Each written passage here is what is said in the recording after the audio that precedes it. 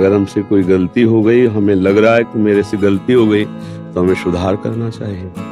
भगवान सच्चिदानंद में जगत गुरु है, वो कह रहे हैं कि अगर तुम मेरी शरण में आ गए, मैं तुम्हें पवित्र कर दूंगा। तो भगवान की शरण होकर भगवान का नाम जप करते हुए जो हमने गलतियां की है, यदि हम उनको ना दोहराएं, हृदय में बात बैठा लें, अब लो नशानी अब ना नशें, तो भगवान बड़े कृपालु हैं। उन्होंने हमें मनुष्य देह दिया ही इसीलिए है कि हम अपनी गलतियों को मिटा करके भगवत प्राप्ति कर लें। कोई भी गलती ऐसी नहीं है जो भगवत प्राप्ति से मुझे रोक सके, और कोई भी पुण्य ऐसा नहीं जो मुझे भगवत प्राप्ति करा सके। दोनों बातों को समझना होगा।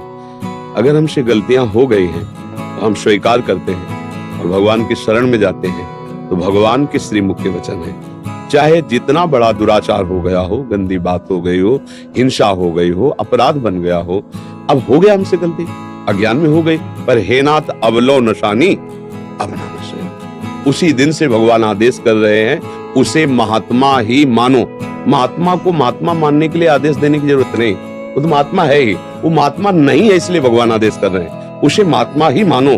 वो भले दुराचारी रहा है पर मेरी शरण में आ गया, अब उसे महात्मा मैं बनाऊंगा। जैसे गंदा नाला है ना, कभी आचमन करने योग्य या स्नान करने योग्य नहीं होता, पर वही जब गंगा की धारा में या यमुना की धारा में गिरता है तो गंगा यमुना जी की तरह ही उसका सेवन होता है, नहीं होता? अपने लोग आचमन करते हैं, साष्टांग प्रणाम करते हैं, अवगाहन करते हैं, हमारा विचार भी नहीं जाता गंदा नाला की तरह। ऐसे ही हमारे आचरण गंदे हैं, पर हम हैं तो परम पवित्र प्रभु के ही ममैवांशो। तो यदि हम ये भाव स्वीकार कर लें तो हम पावन हो जाएंगे। सुरसरी मिले सु पावन कैसे, ईश अनीश ही अंतर जैसे। हम कभी स्वयं से पावन नहीं हो पाएंगे, भगवान परम पावन है। उनका जब हम नाम जप करेंगे, उनके आश्रित हो जाएंगे तो पावन। हमारे पाप हैं पहाड़ जैसे, जैसे रुई का पहाड़, और भगवान का नाम है एक दिया सलाई, छुआ दो सब भस्म हो जाएंगे। एक नाम त्रैलोक्य तारे, जो न ले सो जन्म ही हारे। जिनका एक नाम त्रिभुवन को तारने की सामर्थ्य रखता है, उन श्री कृष्ण का आश्रय लो, राधा किशोरी का आश्रय लो, और जो गलतियां हुई वो दोहराई न जाए। हमारी गलतियां तभी माफ नहीं होती।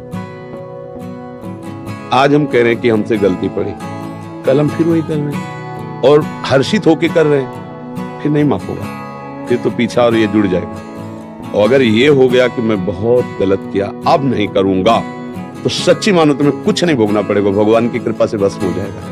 इतने कृपालु हैं, वो क्षमा कर देते हैं। अगर वो क्षमा न करें तो हम सब किसी लायक नहीं है, सब किसी नाम जबरदस्ती जपे, फिर आगे का काम नाम संभाल लेता है।